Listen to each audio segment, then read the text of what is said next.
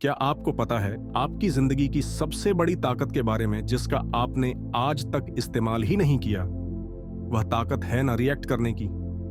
सोचिए, जब कोई आपकी बुराई करता है और आप बस मुस्कुराकर आगे बढ़ जाते हैं। जब हालात बिगड़ते हैं और आप फिर भी अंदर से शांत रहते हैं। यही है the power of not reacting. एक ऐसी कला जो आपकी सोच, आपके रिश्ते और आपके हर फैसले को पूरी तरह बदल सकती है।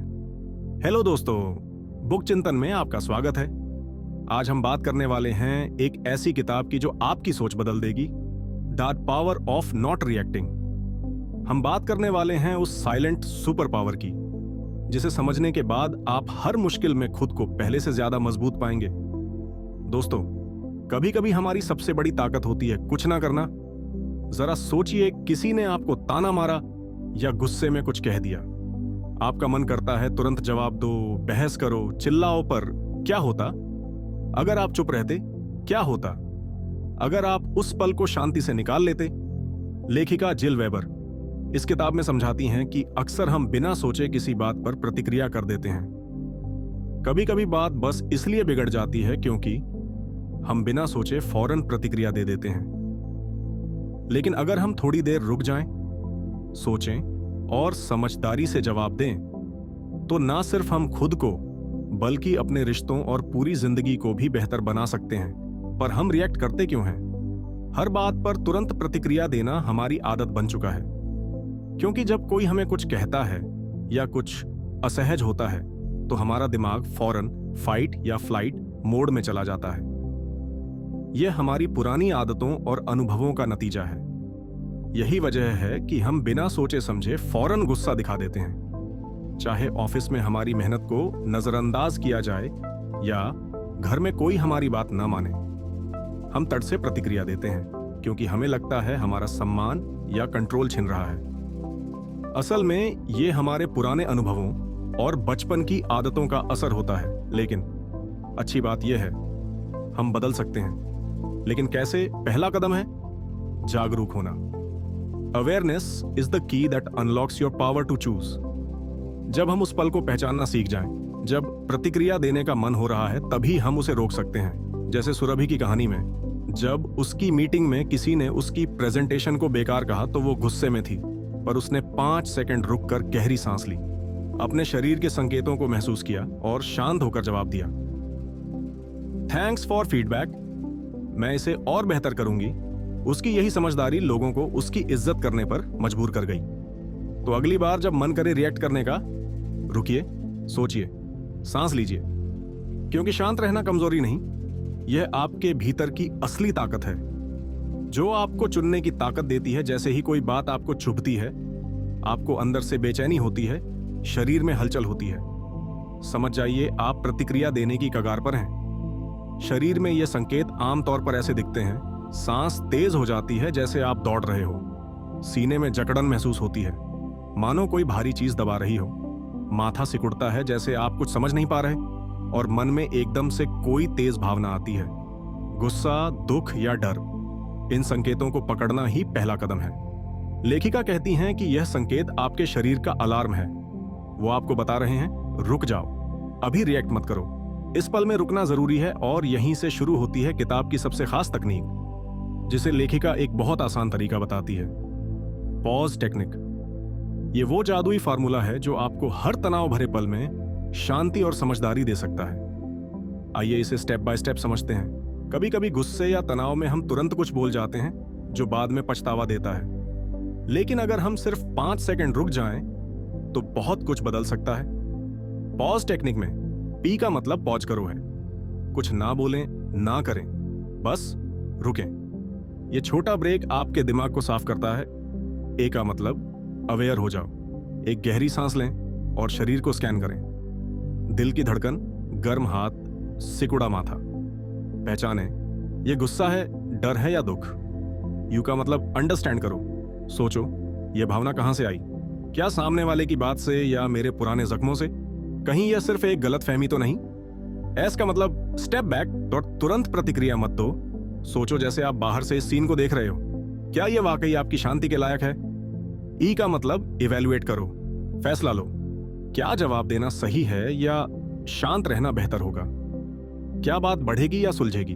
अब जानते हैं कि कैसे धीरे धीरे अपने मन को शांत और स्थिर बनाया जाए ताकि हम हर स्थिति में सच्ची मजबूती के साथ खड़े रह सकें।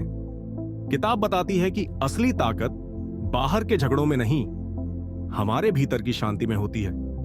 जब हमारा मन शांत होता है तभी हम किसी भी मुश्किल या तनावपूर्ण स्थिति को समझदारी से संभाल सकते हैं। अक्सर जब हम बिना सोचे प्रतिक्रिया देते हैं तो हमारा मन एक बंदर की तरह बन जाता है, हर पल एक नई भावना में उछलता कूदता। गुस्सा, डर, जलन, ये सब मिलकर हमें अशांत कर देते हैं। लेकिन एक स्थिर और शांत मन एक झील की तरह होता है जो हर स्थिति को साफ और स्पष्ट रूप से दिखाता है, बिना तोड़े मरोड़े। यश की कहानी इसका सुंदर उदाहरण है। उसे अक्सर पारिवारिक बैठकों में ताने सुनने पड़ते थे, खासकर उसकी नौकरी और कमाई को लेकर। पहले वो या तो गुस्सा करता या चुपचाप घुटता, लेकिन जब उसने the power of not reacting पढ़ी तो उसने खुद पर काम करना शुरू किया। अगली बार जब ताना मारा गया, यश ने रिएक्ट नहीं किया बल्कि खुद से पूछा, क्या यह बात मेरी जिंदगी बदल देगी? जवाब था नहीं। फिर उसने महसूस किया कि असल में यह गुस्सा नहीं बल्कि बचपन की असुरक्षा है जो बार बार तुलना से उपजी है। 3 गहरी सांसें लेकर उसने बस मुस्कुराकर कहा, मैं अपनी रफ्तार से बढ़ रहा हूं। उसकी यह शांति और जवाब सुनकर ना सिर्फ माहौल हल्का हुआ बल्कि सबने उसकी मैच्योरिटी को भी सराहा। इस तरह की समझदारी हम भी अपने भीतर ला सकते हैं अगर हम कुछ साधारण लेकिन प्रभावशाली अभ्यास अपनाएं। जब कोई बात चुभे, तुरंत प्रतिक्रिया देने की बजाय कुछ पल रुकें, उस स्थिति को बिना कोई जजमेंट के देखें, खुद से पूछें, क्या यह मेरी शांति छीनने लायक है? फिर अपने भीतर झांकें, देखें कि क्या भावना उठ रही है, गुस्सा, डर या कोई पुराना घाव। और अंत में 3 गहरी सांसें लें। यह छोटी सी प्रक्रिया न सिर्फ मन को शांत करती है बल्कि आपको अपने भावों के गुलाम नहीं, उनके मालिक बनने की ताकत देती है। शांति कोई बाहर से नहीं आती, वह हमारे अंदर से उपजती है। और जब मन शांत हो तो हर तूफान भी बस एक हल्की लहर लगती है। उदाहरण के लिए, अगर ट्रैफिक में कोई आपको गलत बोल दे तो उसे जज करने की बजाय बस देखें, वो गुस्सा, वो जलन, वो कैसे आ रहा है। धीरे धीरे आप पाएंगे कि वह इमोशन अपने आप कम हो जाता है। ये वही साइलेंट विटनेस मेडिटेशन का आधार है जिसके बारे में हम आगे बात करेंगे।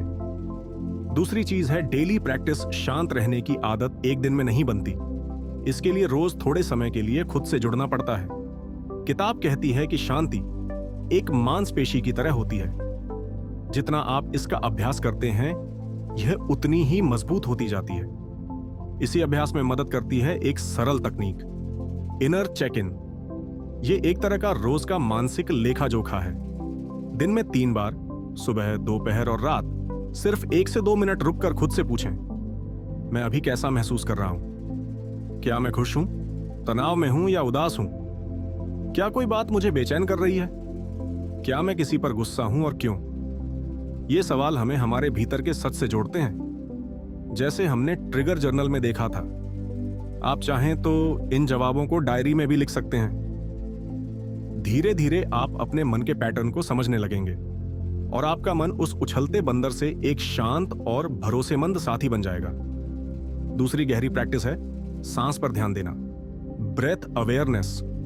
किताब कहती है कि हमारी सांसें हमारे मन का एंकर हैं, जो हमें हर पल वर्तमान में लाती हैं। जब भी मन भटके या तनाव महसूस हो, 3 गहरी सांसें लें। एक आसान तकनीक है 4-4-4 ब्रीदिंग। 4 सेकंड में सांस अंदर लें, 4 सेकंड होल्ड करें और 4 सेकंड में धीरे धीरे छोड़ दें। यह सरल अभ्यास न सिर्फ आपके शरीर को ऑक्सीजन देता है बल्कि आपके दिमाग को भी तुरंत शांत करता है। इससे आप प्रतिक्रिया देने से पहले सोचने का समय पाते हैं। उदाहरण के लिए, अगर ऑफिस में कोई आपको टोक दे और आपको बुरा लग जाए तो आप फौरन जवाब देने के बजाय 3 गहरी सांस लें और आप पाएंगे कि आपका गुस्सा अपने आप कम हो गया। लेखिका कहती हैं, the moment you observe you free yourself. यानी जैसे ही आप अपनी प्रतिक्रिया को नोटिस करते हैं, उसी पल आप उससे आजाद हो जाते हैं। और यही आजादी आपको उस स्थिर और शांत मन से जोड़ती है जो हर स्थिति में अडिग रहता है। याश ने जब इन 3 प्रैक्टिस ऑब्जर्व करना, इनर चेक इन और ब्रेथ अवेयरनेस को अपनाया तो न सिर्फ वह परिवार के तानों से प्रभावित होना बंद हुआ, बल्कि अपने अंदर की उस ताकत से जुड़ पाया जो किसी की बातों से हिलती नहीं थी। यही उसकी असली ताकत बनी। तो दोस्तों, अगर आप भी अपने मन को उस उछलते बंदर से शांत झील में बदलना चाहते हैं तो इन 3 प्रैक्टिस को आज से ही अपनाइए। बिना जजमेंट के हर स्थिति को देखें, अपने भीतर झांकें और सांस के जरिए खुद से जुड़ें। क्या आपने कभी महसूस किया है कि कुछ बातें हमें बार बार परेशान करती हैं? जैसे कोई कुछ कह दे तो तुरंत गुस्सा आ जाता है, अनसुना कर दिया जाए तो दुख होता है, या जब कोई तारीफ नहीं करता तो अंदर ही अंदर टूट जाते हैं। ये सब घटनाएं नई नहीं होती, लेकिन हमारी प्रतिक्रिया हर बार वैसी ही होती है। लेखिका कहती हैं कि इसका कारण है हमारे अनहील्ड इमोशनल पैटर्न्स, यानी बचपन या बीते अनुभवों से उपजा भावनात्मक दर्द जो अभी तक ठीक नहीं हुआ है। सामने वाला व्यक्ति बस हमारे पुराने घाव को छूता है। चोट असल में हमारे भीतर पहले से ही मौजूद होती है। हमारा दिमाग वही रिएक्शन दोहराता है जो उसने पहले सीखा है। इससे बाहर निकलने के लिए पहला कदम है पहचान। क्या यह ट्रिगर नया है या वही पुराना पैटर्न? दूसरा है पॉज लेना, यानी रुक जाना और खुद को सोचने का समय देना। तीसरा है सेल्फ टॉक बदलना, खुद से कहना कि मैं हर बार रिएक्ट नहीं करूंगा, मैं नई सोच चुन सकता हूं। और चौथा, इनर हीलिंग को जरूरी समझना। बार बार की रिएक्शन ये संकेत हैं कि कुछ अधूरा है जो ध्यान मांगता है। असल मकसद है अनकॉन्शियस रिएक्शन से बाहर निकलकर कॉन्शियस रिस्पांस चुनना। जब आप यह अभ्यास करने लगते हैं तो आप मुस्कुराकर कह सकते हैं, अब मैं हर चीज पर रिएक्ट नहीं करता, मैं अब आजाद हूं। अब सवाल है, इस इनर पावर और सेल्फ कंट्रोल को रोजमर्रा की जिंदगी में कैसे लाएं?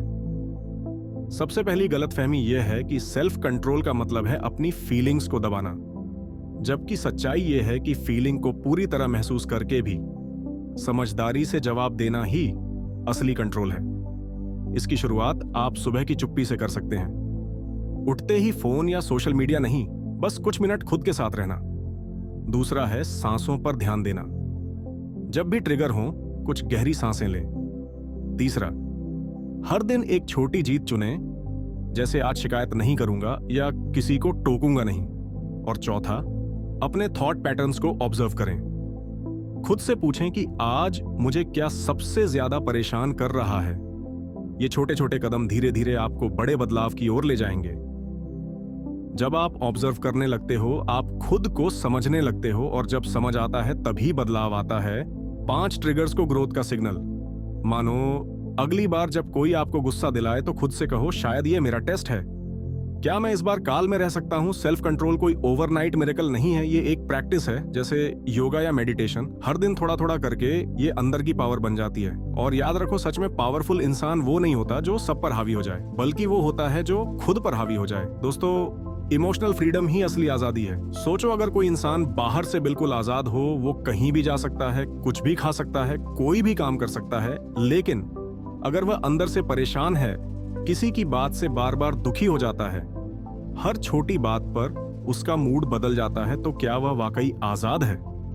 लेखिका कहती हैं, इमोशनल फ्रीडम यानी यह ताकत कि कोई भी चीज तुम्हारा माइंड कंट्रोल ना कर सके। इमोशनल फ्रीडम का मतलब है आप दुख को महसूस कर सको, पर उसमें फंसो नहीं। कोई आपकी तारीफ करे या निंदा, आप अपनी वैल्यू खुद जानते हो। आपकी खुशी आपके हाथ में हो, किसी और की बातें या एक्शंस उस पर असर न डालें। अब सवाल यह उठता है, यह कैसे पॉसिबल है? एक, अपनी फीलिंग्स को अलग करो, जज मत करो। अगर आप उदास हो, परेशान हो, गुस्सा हो, तो खुद से यह मत कहो कि ऐसा नहीं होना चाहिए। खुद से कहना शुरू करो, हाँ, ये फीलिंग आ रही है, मैं इसे ऑब्जर्व कर रहा हूँ। जैसे ही आप जज करना बंद करते हो, वो फीलिंग खुद हल्की होने लगती है। तो रुकना सीखो। जब कोई बात ट्रिगर करे, तुरंत रिएक्ट मत करो, एक पॉज लो। उस पॉज में ही आपके पास सबसे बड़ी पावर होती है, चूज करने की पावर 3। दूसरों के वर्ड्स या एक्शंस को पर्सनल मत लो। हर इंसान अपने दर्द से गुजर रहा है। कोई कुछ कह दे तो जरूरी नहीं कि वह आपके बारे में हो, वो उसकी अपनी स्टोरी हो सकती है। अगर कोई आपके ऊपर गुस्सा करता है तो हो सकता है वो अपने अंदर की उलझन बाहर निकाल रहा हो। 4, अपना अटेंशन बाहर से अंदर लाओ। अगर आप हर दिन ये देख रहे हो कि दुनिया आपको कैसे ट्रीट कर रही है तो आप दुखी रहोगे, लेकिन अगर आप हर दिन ये देखो कि आप खुद को कैसे ट्रीट कर रहे हो तो आप आजाद हो जाओगे। इमोशनल फ्रीडम का मतलब ये नहीं कि आप किसी फीलिंग को दबा दो, मतलब ये है कि आप अपनी हर फीलिंग को प्यार से देख सको, समझ सको और फिर सोच समझकर एक्शन ले सको, क्योंकि असली आजादी बाहर से नहीं अंदर से शुरू होती है। अब बात करते हैं इस किताब की सबसे जरूरी सीख की, जिसे हम अपनी जिंदगी में तुरंत अपना सकते हैं। सबसे पहले एक बात साफ कर लें, यह किताब कोई मोटिवेशनल जादू नहीं है जो पढ़ते ही सब ठीक कर दे। ये एक तरह की दृष्टि देती है, एक नजरिया जिससे आप हर चीज को नए तरीके से देख पाओ। इस किताब की सबसे गहरी बात यह है, दुनिया को बदलना हमारे हाथ में नहीं है, लेकिन अपनी प्रतिक्रिया को बदलना पूरी तरह हमारे हाथ में है। और यहीं से असली बदलाव शुरू होता है। जब हम रिएक्ट करते हैं तो हम अपने माइंड की पावर किसी और को दे देते हैं, पर जब हम रिस्पॉन्ड करते हैं, मतलब सोच समझकर एक्शन लेते हैं, तब हम अपने माइंड के मालिक बन जाते हैं। अब सवाल उठता है, इसे हम प्रैक्टिकली अपनी लाइफ में कैसे लागू करें। वर्ड, हर रोज 5 मिनट के लिए खुद को ऑब्जर्व करो, कोई रिएक्शन नहीं, बस देखो कि क्या सोच चल रही है। ये छोटा सा स्टेप आपके माइंड को बहुत पावरफुल बना देता है। नेक्स्ट टाइम जब कोई बात बुरी लगे तो खुद से एक सवाल पूछो, क्या ये मेरे पीस से ज्यादा इंपॉर्टेंट है? 90% मामलों में जवाब होगा नहीं। 3 daily practice pause, breathe choose, कोई ट्रिकी मोमेंट आए 1 सेकेंड रुको, गहरी सांस लो, फिर सोचकर जवाब दो, रिएक्ट मत करो। 4 अपने इनर डायलॉग को बदलो, जब कोई कुछ बुरा कहे तो खुद से कहना शुरू करो, मुझे खुद से प्यार है और मुझे अपनी पीस सबसे ज्यादा प्यारी है, क्योंकि यह जिंदगी तुम्हारी है और तुम्हारे इमोशंस की जिम्मेदारी भी तुम्हारी है। कोई और तुम्हें दुखी नहीं कर सकता जब तक कि तुम खुद उन्हें वह ताकत ना दो। तो दोस्तों, the power of not reacting हमें सिखाती है कि असली ताकत बाहर की लड़ाइयों में नहीं, बल्कि अपने अंदर की शांति में है। इस किताब ने हमें दिखाया कि कैसे हम अपने इमोशंस को समझ सकते हैं, कैसे हर बार रिएक्ट करने की बजाय सोच समझकर रिस्पॉन्स कर सकते हैं, और कैसे अपनी उस साइलेंट सुपर पावर को जगा सकते हैं जो हमें हर तूफान में स्थिर रखती है। इस साइलेंट सुपर पावर को अपनी जिंदगी में लाने के लिए आज ही एक छोटा सा कदम उठाइए। बुक चिंतन को सब्सक्राइब करें ताकि आप हर हफ्ते ऐसी जिंदगी बदलने वाली किताबों की बातें सुन सकें, और इस वीडियो को अपने उस दोस्त या परिवार के सदस्य के साथ शेयर करें जो बार बार इमोशंस में बह जाता है। आइए मिलकर एक शांत और सशक्त जिंदगी की ओर बढ़ें।